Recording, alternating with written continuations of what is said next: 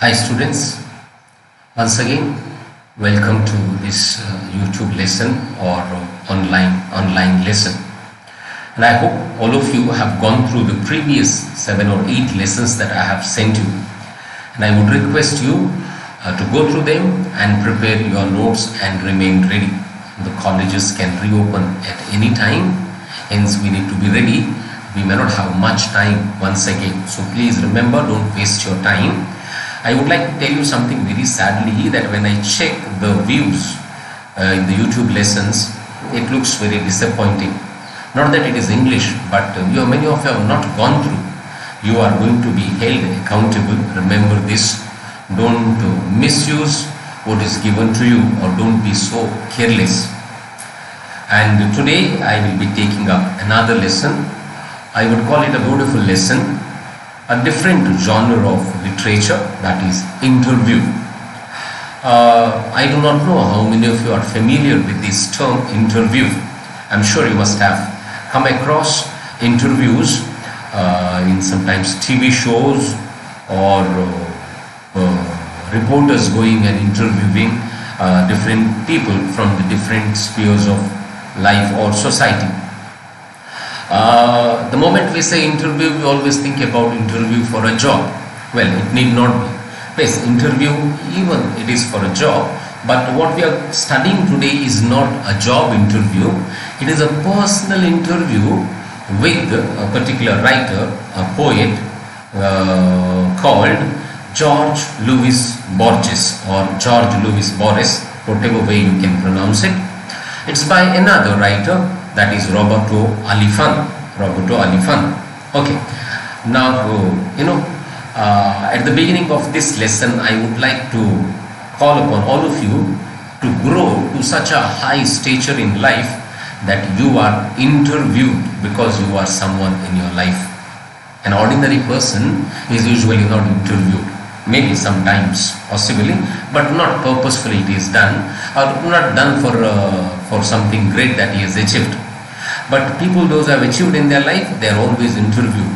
We would like to know their ideas. We would like to know what do they think about particular thing. So I want you, so that one day even you are interviewed by someone else, because you are someone great, inverted commas, in your life.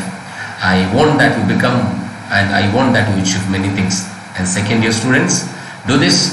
Who knows, next year when the results are out, who knows, one of you or 2, 3 of you could be interviewed by the reporter, asking the question, what made you to achieve so many great things in your life. All the best. Right. Now before we begin this lesson, it's good that we know some things about who is the interviewer and who is interviewed.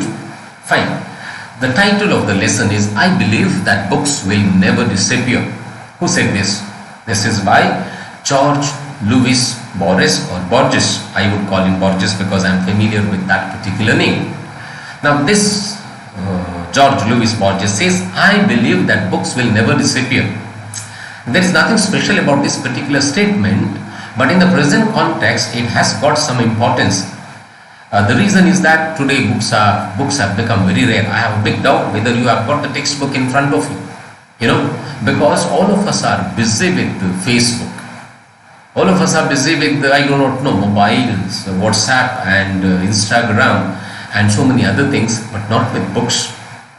Once upon a time, book or possessing a book was considered very great. Even today it is great, but all this social media has thrown away the books, and we are happy with one particular electronic gadget, our mobile phone or our internet connection, and we think everything is possible. But remember, automatically nothing goes into the internet from the book. Somebody has to upload it. Similarly, don't believe everything comes in the social media is true. That is uploaded by someone there, may be true or may be false. So when I come across, I should not believe everything that I come across in the internet, in the social media is true. Google need not give us truth. Google gives us information. Google gives us everything, but it is left to us to choose and find out which is true, which is good and which is bad. Let's come out of it and let's go ahead with the lesson. Now interview, I would like to say, interview, see, interview, it is my inner view, it is my personal view, what I would like to say.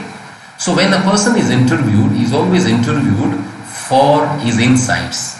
He is interviewed for his personal stand on a particular issue or on a particular thing. Now in this lesson, we see that Jorge Luis Borges is interviewed by Robert Alifano. One more thing I would like to tell you, every question that is asked to Jorge Luis Borges becomes a possible question for the exam. Because he is asked, the interview always takes place in the form of a question and the pertinent answer given by the one who is interviewed.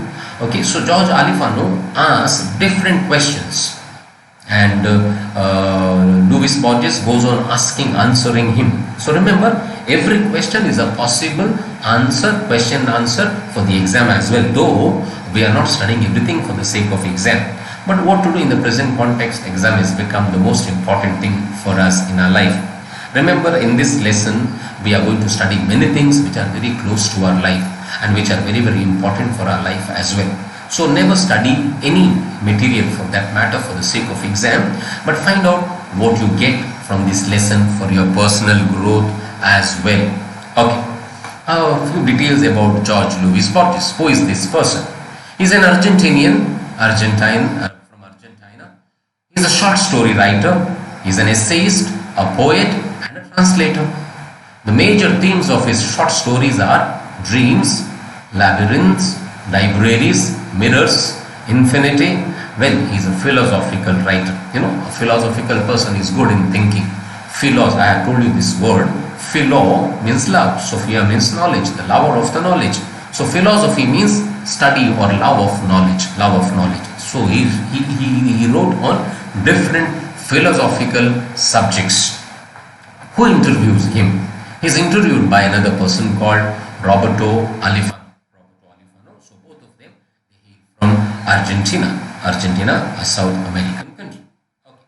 Let's go ahead and study the lesson. I would divide this lesson into two parts. Today we will have part 1 and then the part 2 will follow.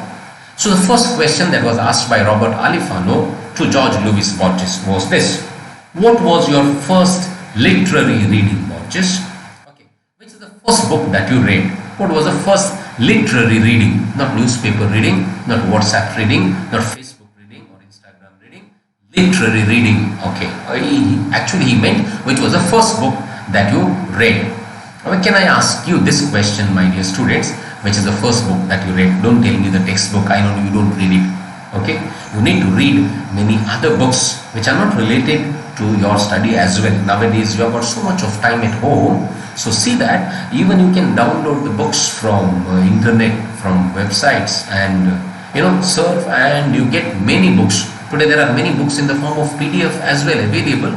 So make use of the time to read the books, because books contain the knowledge from immemorial time, okay, which you don't find in your Facebook, which you don't find in any other social media, but the books really have got that knowledge.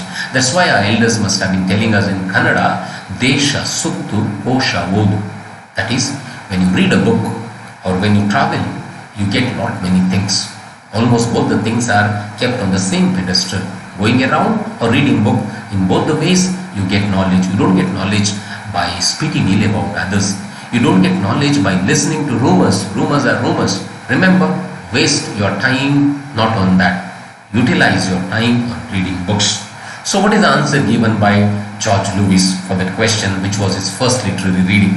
And Jorge Luis answers, my first literary reading was Grimm's Fairy Tale. You find the book here in this slide, Grimm's Fairy Tale. Fairy Tale is the title of the book and it is written by Grimm's. So he says, that's the first book that I read. You may not be able to answer me, but you find out which is the first book that you read. Which is the first book. If you haven't, then please begin. Okay, please begin, and when you come back to the classes, maybe you can tell me the book that you read during Corona lockdown time. And he says further, very interesting fact. What is that? I was educated by my father's library, perhaps more than by high school or the university. Isn't an insulting factor for me as a teacher in the college, as a lecturer in the college, because he says I got educated less in the school or in the university, but was more educated by my father's library. Now here two things are very important. One is that what kind of father he had at home. His father did not give him a mobile. It must not have been there at that time. His father did not give him a two-wheeler to roam about, but his father provided him with books to read. That is the way he utilized his time. So he says he was educated more by these books. Now you can understand the knowledge the books contain. So I wish that even your parents, instead of giving your mobile and allowing you to get spoiled, because many of you, not all of you, many of you are really misusing your mobiles. Okay, some of you are provided with two-wheelers and you simply roam about on the roads without knowing where you are going and why you are going. You are losing your individual dignity. Enhance yourself with knowledge by reading books. Ask your parents to buy some books and have a personal library at home. Which would help you. Not that every book that you find in the library should be gone through read. No, many books are to be referred. For a particular thing, we refer a particular book. Hence, please remember this. And the next question that was asked to him, a very important question. I'm sure this question is going to shake all of us a little bit, because it's a very question that is posed to even to us. What is that? Alifano asks him, what is the question? Can we talk about Donna Leonor, your mother? Now, George Lewis' mother's name was Donna Leonor. Remember, Donna is not the part of the name. Okay? Here, Donna means Mrs. We have not studied that particular lesson, which I did not explain to you, which I would be doing when you come back to the class. That is a sunny morning. Then you would find Don and Donna. Don means a respectable term, like we have got Mr. or Shri. Okay, so that is called Don in Spanish. Similarly, we have got Donna, that is meant for women, Srimati or Mrs. So here the question is Donna Leonor, Mrs. Leonor, that is a mother. Okay, so what do you say about your mother? See, he gets a chance to speak about his mother. What would be his reply? Let's see. My mother was an extraordinary woman. See, what a great compliment he gives to his mother. He doesn't grumble against his mother. He doesn't say my mother is useless, my mother is this and that negatively. Not at all. He says my mother was an extraordinary woman, not even ordinary, extraordinary woman. I should speak above all of her kindness towards me. How gratefully he remembers his mother. He says the kindness, I would say every mother, she is a metaphor. She is kindness personified. She stands for love. She stands for acceptance. She stands for kindness. That's what he says. When I should speak about her kindness. I think every mother is like that. You know why? See, in Sanskrit they say Matru Devo Bhava, Pitru Devo Bhava. Okay, so mother, she stands in the place of God. I had told you while referring to that poem, what is that, on children, that when God couldn't be everywhere, he created father and mother. So God stands for love. God is love. God stands for kindness. God stands for forgiveness. God stands for understanding. And here he says that my mother was embodiment of all this. I should speak very highly about the kindness of this lady. But one thing you must remember here, and this is a lesson for all of us. What is that? The next sentence that he speaks here. I will tell you a secret of mine. See, George Lewis is very candid. He is very open in telling the secret. And this secret is quite, a personal one. But he says that, what is that? I feel somewhat guilty for not having been a happy man in order to have given her a deserved happiness. A sad reality of each and every one of us. What is that? He says, well, today I feel very guilty when now his mother is no more. She is not with him. And he says, now I feel guilty. And what kind of guilt is that? He says, well, when she was alive, I did not give her the kindness. I did not give her the respect she deserved, or she deserved to be given. I took her for granted and I feel guilty about it now. In other words, what is he telling us? He is telling us, come on, don't repeat the mistake or commit the mistake which I have committed. What is that? disrespecting mother. Disrespecting may be wrong to say, but not respecting enough or not giving her the happiness she deserved when she was alive. See, there is no point in crying over spoiled milk. Hence, our parents are with us. Your mother is with you. Learn to respect her. Maybe today, take some time, sit with her and say, Mother, I love you very much. Mama, I love you very much because you have given me life. You have given me birth. Just imagine when you were in your mother's womb, if your mother was to commit abortion for some other reason, you wouldn't have seen the light of the day. Do you know the difficulties your mother underwent while bearing you in her womb, while carrying you in her womb? What sickness she must have undergone? What medical complications she must have undergone? In spite of all the limitations, she has given birth to you. Isn't she great? Isn't she the seen face of the unseen God? Hence, it's very, very important. Don't be sorry like Jorge Luis. He says, I feel guilty. Perhaps I should have been more understanding of her. We always feel when things have happened. See, now the second quiz result is out. And the students, those who have failed, now they feel, yeah, I think I was little careless. I should have studied more. I should have been careful. A little more effort, I would have done better. Such things should not happen in our life. We should be careful. That's why somebody else or things that happen with my friend, with my neighbor, with others should always teach us a lesson. And Jorge Luis wants us to learn from him that we should always respect our parents when they are alive. We should give them enough respect, enough happiness.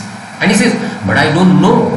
I suppose that it's true of all children that when our mother dies, we feel that we have taken her for granted, as we do with the moon or the sun or the season. Yes, he says this is not only true with regard to him. He is not trying to escape, but is telling it happens with every child. It happens with all the children. He says, see, how many of us know the importance of sunlight, moonlight or seasons? We never think about them. Never think about them. We take it for granted. Okay. How many of us have said when we get up in the morning, what a beautiful moonlight we had yesterday night? How many of us say in the evening, what a beautiful sunshine we had throughout the day, sunlight that we had throughout the day? How many of us are very grateful to the season? Today it is raining and we may say it is raining heavily, we may be unhappy. But without the rains, summer season, well, we will not have enough water. For which everything we need to be very grateful, but we take it for granted. And we say similarly, even we take for granted our mother. How many of us say, thank you Mama for the beautiful, very tasty food that you cooked today? No. 24 hours our mother remains in the kitchen and looking after us, but we never say thank you. We take it for granted. We take it for granted. And Jorge Luis is telling us, maybe we take them for granted. We feel we have abused her. A sad word that is used here. We feel we have abused her. What is that abuse? Well, we make use of our mother. For everything we depend on her. We want something, we go to her. When we are sick, we go to her. But when she is sick, she never tells her. When she has got a headache, she would never tell us. In spite of having fever or headache, she would be there in the kitchen and she says that time to time you are given everything. Everything. Look at the greatness of our mothers. Okay? And Jorge Luis is trying to bring this to our mind. And he says, before her death, it doesn't dawn on us. That she's so much, we never realize it when she's alive. It's only after her death we come to know. He says, my mother was an intelligent and a gracious woman. What a eulogy for the mother. What a great compliment for the mother.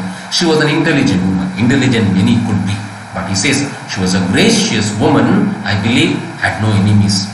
See, the mothers carry the grace on her face. And what is this grace? This grace, because of the strength that God gives them to face the realities of life. Realities of life. Today I may be a big director or a CEO in an office, in a company. But how long do I work? Maybe 7 to 8 hours. But do you know, mother? 24 hours. There is no holiday for her. We have weekly holidays. She doesn't even have a weekly holiday. Okay. She looks after, does everything. She's the greatest CEO of the company called family. And nobody can be above her. And that is the fact which Jorge Luis speaks about here. So remember, this whole paragraph explained to us the idea, the concept George Lewis has about his own mother. So the question and the answer both are there. Let's go ahead and the second question what Alifano is asking. Please forgive me, Borges, for asking you this. What is blindness to you? Okay, now this is, you find in the screen, this is Donna Leonor, the mother of Lord George Luis Borges. Okay. So the next question, what is blindness to you? I'm sure this slide reveals you something strange about George Luis Borges, which I had not told you in the beginning purposely. What is that? He was able to see in the beginning, but gradually he lost his sight. He lost his sight. So now he is completely blind. He is unable to see anything. And Alifano is actually directly asking him this question. What do you say about blindness? Just imagine or put yourself in that position and see how easy it is to answer this question. It's really a difficult question because I can speak about blindness because it's not related to me. But now I myself am undergoing, and George Lewis is undergoing this blindness problem and he has to speak on that. Will he curse God? Will he blame anyone for his blindness? Let's see what his answer. And this answer will give us a new perspective, a new way of looking at life, and especially infirmities or something that is happening to us in our life. What he says? Well, now it is a way of life. He says, there's nothing special about blindness to me. Blindness has become a way of life. He says, I have accepted the blindness as a part of life.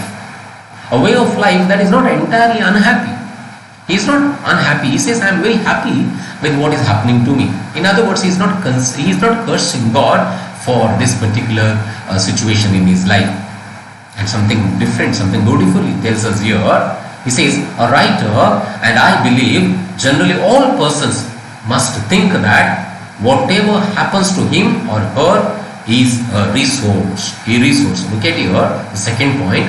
All that happens in life should be considered as resource or a blessing. Meaning to say, you remember, God never allows anything to happen to us from which we do not learn a lesson. In other words, whatever happens to me, it is always for my good. Remember, I repeat, whatever good or bad that happens to me is always for good. In other words, we learn a lesson from that. That's what George Borges says. He says, well, we should consider it as a resource. We should consider it as a blessing. From resource, we always get something good. Okay? All things have been given to us for a purpose. Blindness or sight, health or sickness, good times or bad times, health or sickness, everything is given to us for a particular purpose. Remember this. Never curse God when you are in a disadvantageous position. God wants you to learn from that there is a purpose behind everything. Remember, when you expect 95 but you get 85. There is a purpose behind that. Maybe you have committed small mistakes and you are asked, come on, be careful. Next time it shouldn't happen to you. So remember this. All things are given to us for a particular purpose. And you remember, after a particular time in our life, when we look back into the life, we thank God that such a thing happened in life. Because from that we have learned many lessons. If such things were not to happen, we wouldn't have learned. He says, and an artist must feel this more intensely. All that happens to us, including humiliations, our misfortunes, our embarrassments, all is given to us as raw material, as clay, so that we may shape our art, we may shape our life. All of you must remember this. Humiliations, misfortunes, embarrassments in life should be utilized as raw material. In economics you have studied, we make use of the raw material and a finished product comes out. Now he says, make use of this humiliation, somebody humiliating you, some misfortunes happening in your life, some embarrassments taking place in your life. Make use of them as raw material so that a beautiful product comes out. I want to give you my own example. When I was in 3rd standard, me and my twin brother, both of us, you know what I did? I copied one maths from him. In fact, I was not aware his sum was different and my sum was different. But I copied his answer. So the next day, when the teacher was going through our homework, well, the sums were different, but the total was the same. And of course, my total was different, his total was different. His total was right according to the sum, my total was wrong according to the sum, because I had copied. Hence, my teacher insulted me in front of everybody. The whole class insulted me that I copied. That was a big humiliation. That was a big embarrassment for me. But that is a place where I decided that I would never, this thing would never happen in my life again. I would never be second to anybody, neither would I copy from another person. That made me to score very good percentage in my life. Hence, when I finished my SSLC, to cut short the story, I came out with 100 out of 100 in maths. I came out with almost 93-94 percentage in my SSLC. Is it possible? I made use of the humiliation, misfortune, embarrassment as a raw material. Today, when we correct our students in the classroom, it becomes a big issue. Newspapers come, TV channels come, and everything is very difficult. But how many of us make use of this misfortune, humiliation as a challenge? Well, George Alifano tells us, everything that happens for us for good purpose. We need to make use of them as a resource. We need to make use of them as a raw material. Let us learn this from Jorge Luis Borges. All is given to us as a raw material in clay so that we may shape our art. Our life is an art. Hence, to shape it, we require the raw material. You see, an artist, a sculptor, makes use of a piece of rock, a lump of clay, and produces a beautiful piece of art. Similarly, in our life, when all these things happen, we should say, well, this is a launching pad for me. This is a raw material for me. Now I need to make use of it and prepare a beautiful piece of art, a beautiful piece of sculpture, so that something beautiful comes up in life. He says he makes use of his blindness for something beautiful. A very beautiful concept. Further he explains here what he says. Homer wrote in the Odyssey, the gods wrought and spun the skein of ruin for men, that there might be a song for those yet to be born. Now, just a small introduction to you about this Homer and Odyssey. Odyssey, the god, what is that? Well, Odyssey is an epic poem in 24 books traditionally attributed to the ancient Greek poet Homer. Now, Homer is the one who wrote these epic poems in Greek, that is Odyssey. There is another one is called Iliad. For example, in India we have got Ramayana and Mahabharata. They are considered epics, and epics are in the form of poems usually. Okay, right, usually. So here this poem actually is written in 24 books. Remember, 24 books is a big collection. That's why it is called epic. Epic is a very, very large, very big poem. Now this poem is a story of Odysseus. Odysseus is the protagonist, is the hero. That is king of Ithaca, who wanders for 10 years. Why he wanders for 10 years? He engaged himself in a war. The name of the war was called Trojan War. Trojan War. Now in the Trojan War, he was almost defeated. Now he didn't want to be caught, because when you are caught, he would be taken as a slave. So he didn't want that. So he escapes from the place. Escapes and keeps on wandering. For how many years? 10 years he wanders. Now what happens in these 10 years? In the meanwhile, in this span of 10 years, what has happened? Now this Odysseus had a son called Telemachus or Telemachus. Okay, right? And the Odysseus' wife was Penelope. Now the enemies, Penelope was very young to see and attractive to see. Hence there were many suitors to his wife, faithful wife. Though she was very faithful to Odysseus, now many people were behind her to win over her. Not to win over, in fact, to take her as their as the woman for them. And Telemachus, the son, was unable to do this, unable to do that. And now Odysseus comes to know that such a thing is going on. So he comes in disguise.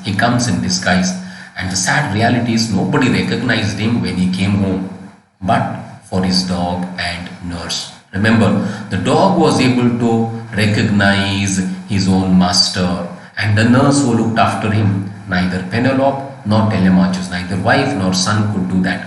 You see, dog is called a faithful animal. And when it is a question of fidelity, we do not give an example of a husband and wife, though they need to be faithful to each other. We give the example of dog. So similarly here, dog recognizes his master.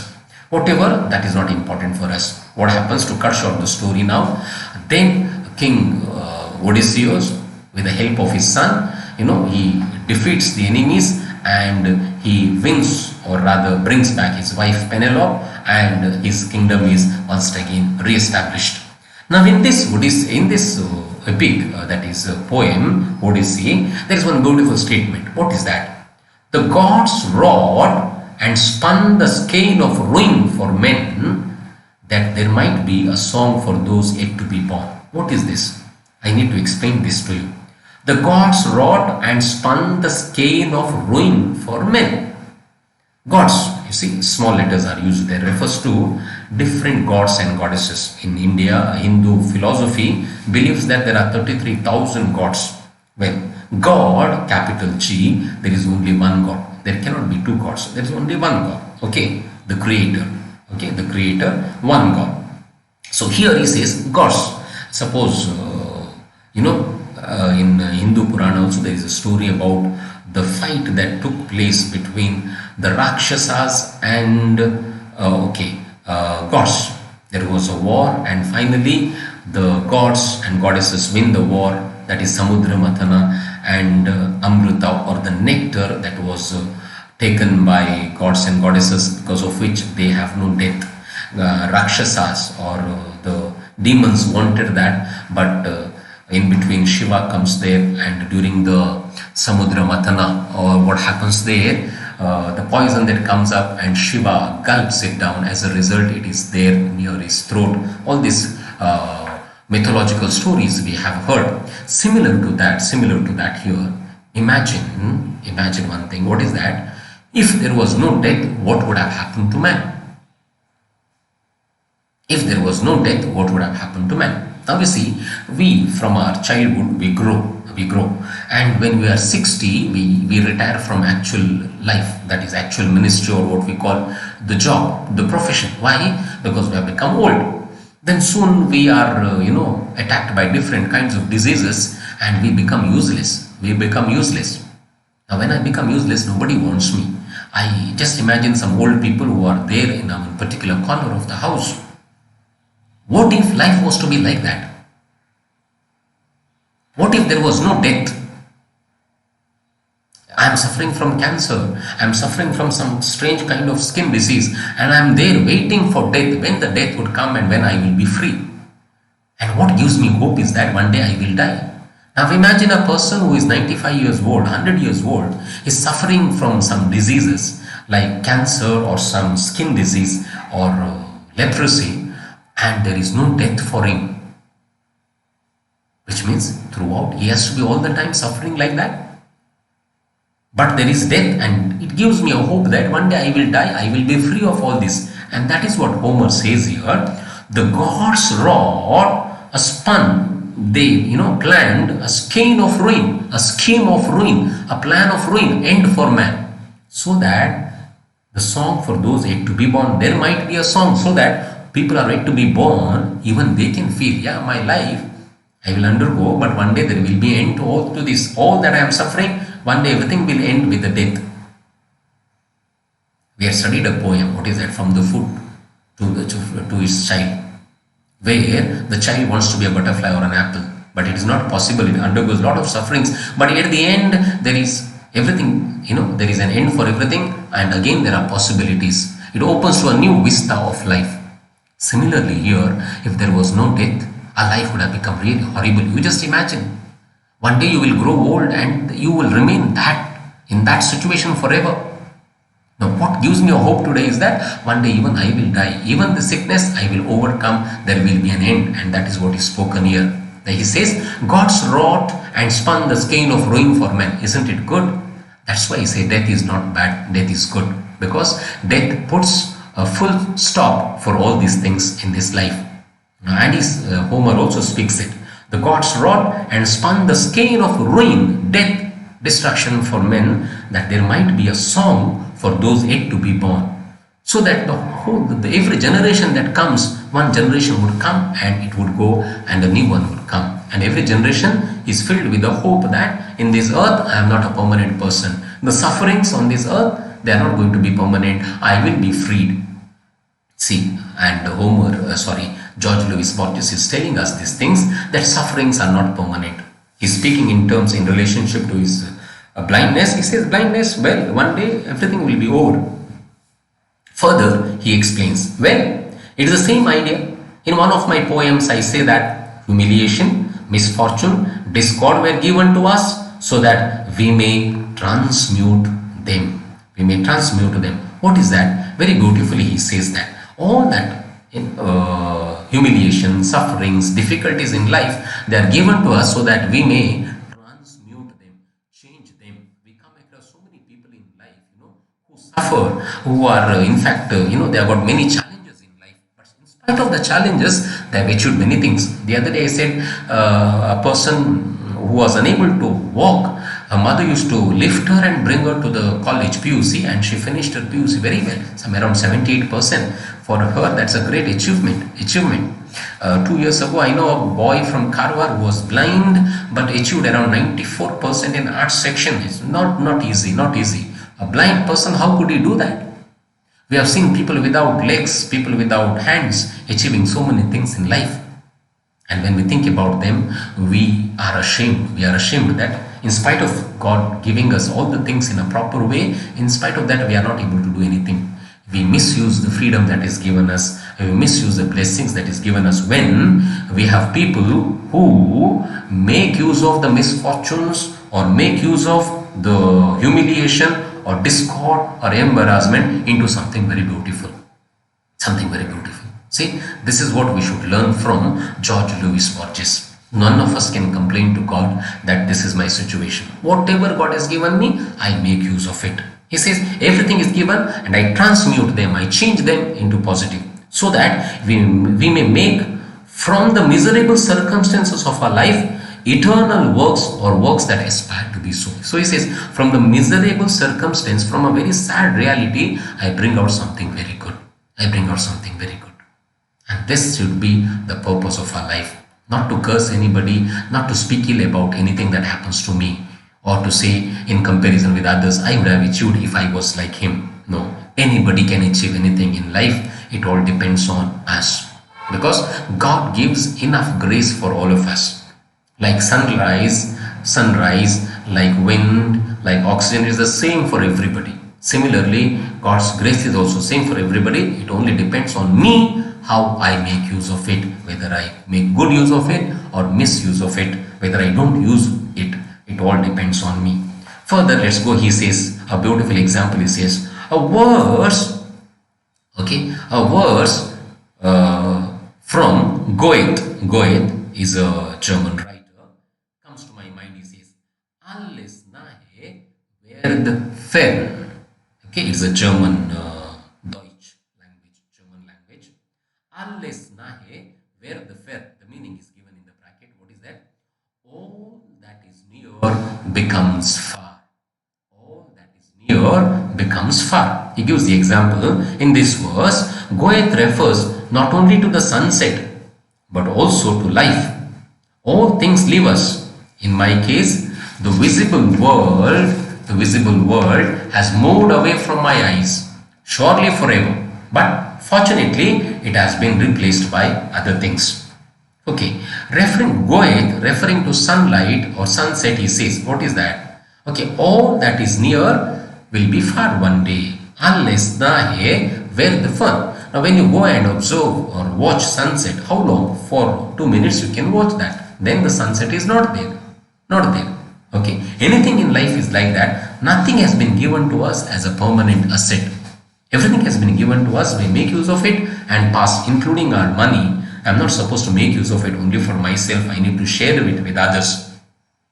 Similarly, here he says the misfortunes in our life, they are not going to be permanent.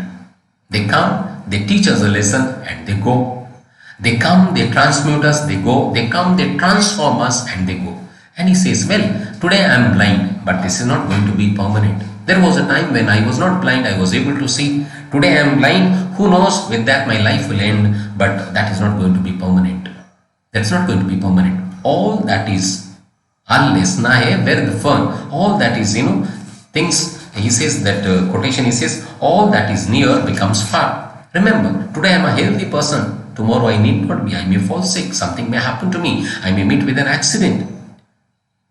Today I am a very wealthy person, but I may lose my wealth because of some reasons tomorrow. There are people, during this corona times we have seen those who are in good position have come home and they are sitting at home. They have lost their job. They lost their job. Anything can happen. Anything that is near can leave me and go. And he says, sight was there with me one day, now it is left and gone, so I am not so much upset. He says, but it has been replaced by other things. He says, well, usually we say, when God closes one door, he opens a window in some other place. So he says, things have gone, but God has blessed me with something different.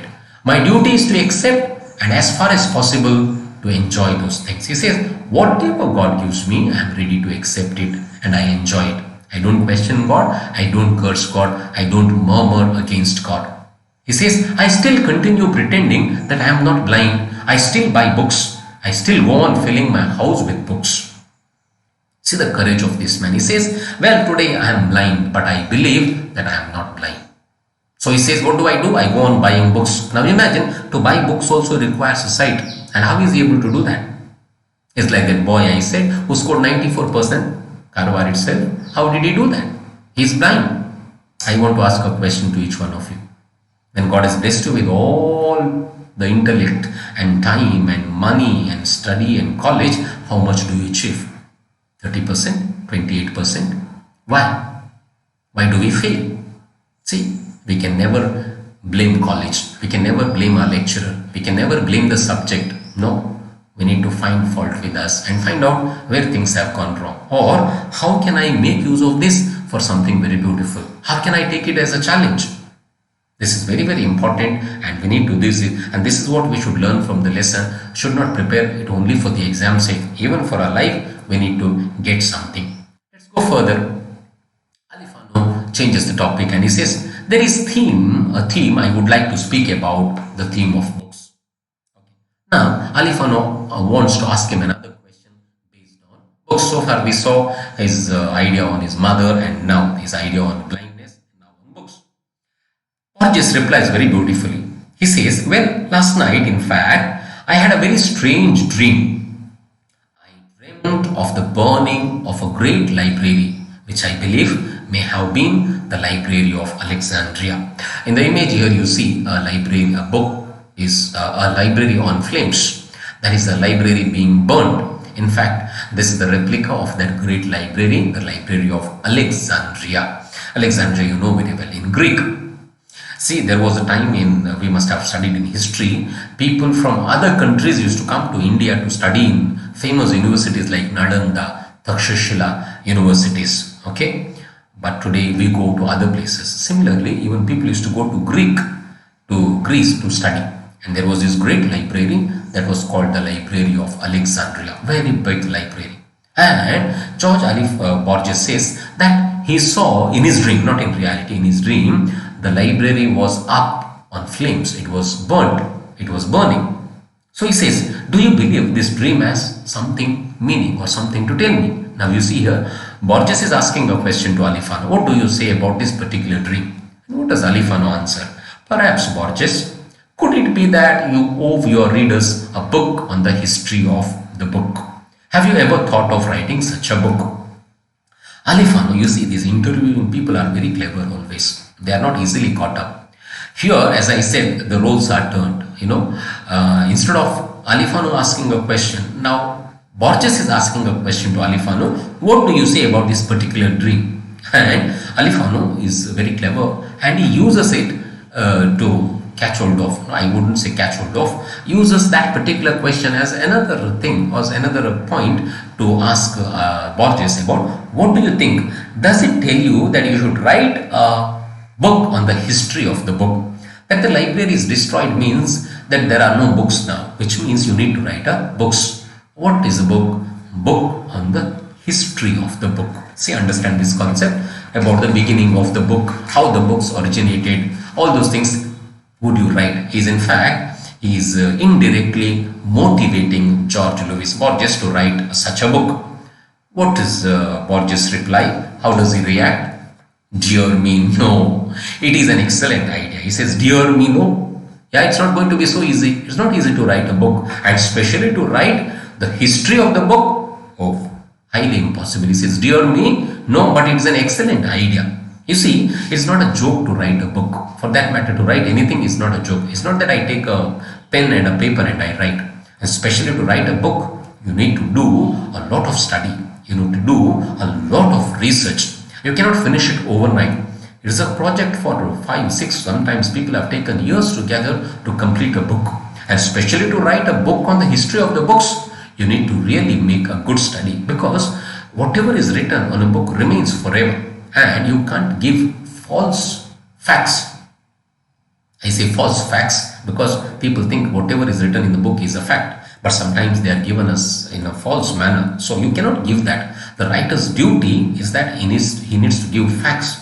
Now, to know the facts, you need to do a lot of study. Sometimes you have to travel to different places and find out the facts and then write. And especially to write the book on the history of the book, it is an Herculean task. It's a difficult task. It's not so easy. It would be wonderful to write a history of book.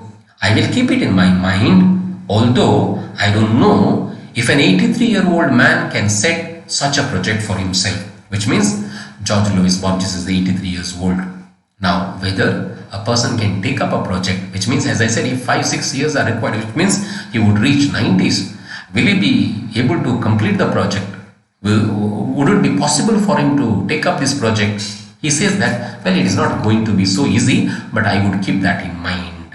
He says, however, I now remember that Spengler, in his Decline of the West, predates my attempt, okay, and for in it he writes remarkable comments on books. So he says, I must pay tribute to a particular writer called Spengler. You can see a Spengler. He has written a book, and the name of the book is Decline of the West. In this particular book, he says he has attempted to write on the history of the books. So Jorge Luis Borges says, if I write a book, it wouldn't be the first one. Spengler has already tried, and he has written, or there are some attempts in that book to know us or to tell us about the history of the books. So I think we should stop here, because the lesson is a little longer. So the second part of the lesson I would be taking after some time. So please remember, once again I would tell you, study well and read the text again and prepare your own notes. Question answers should be ready. Thank you very much.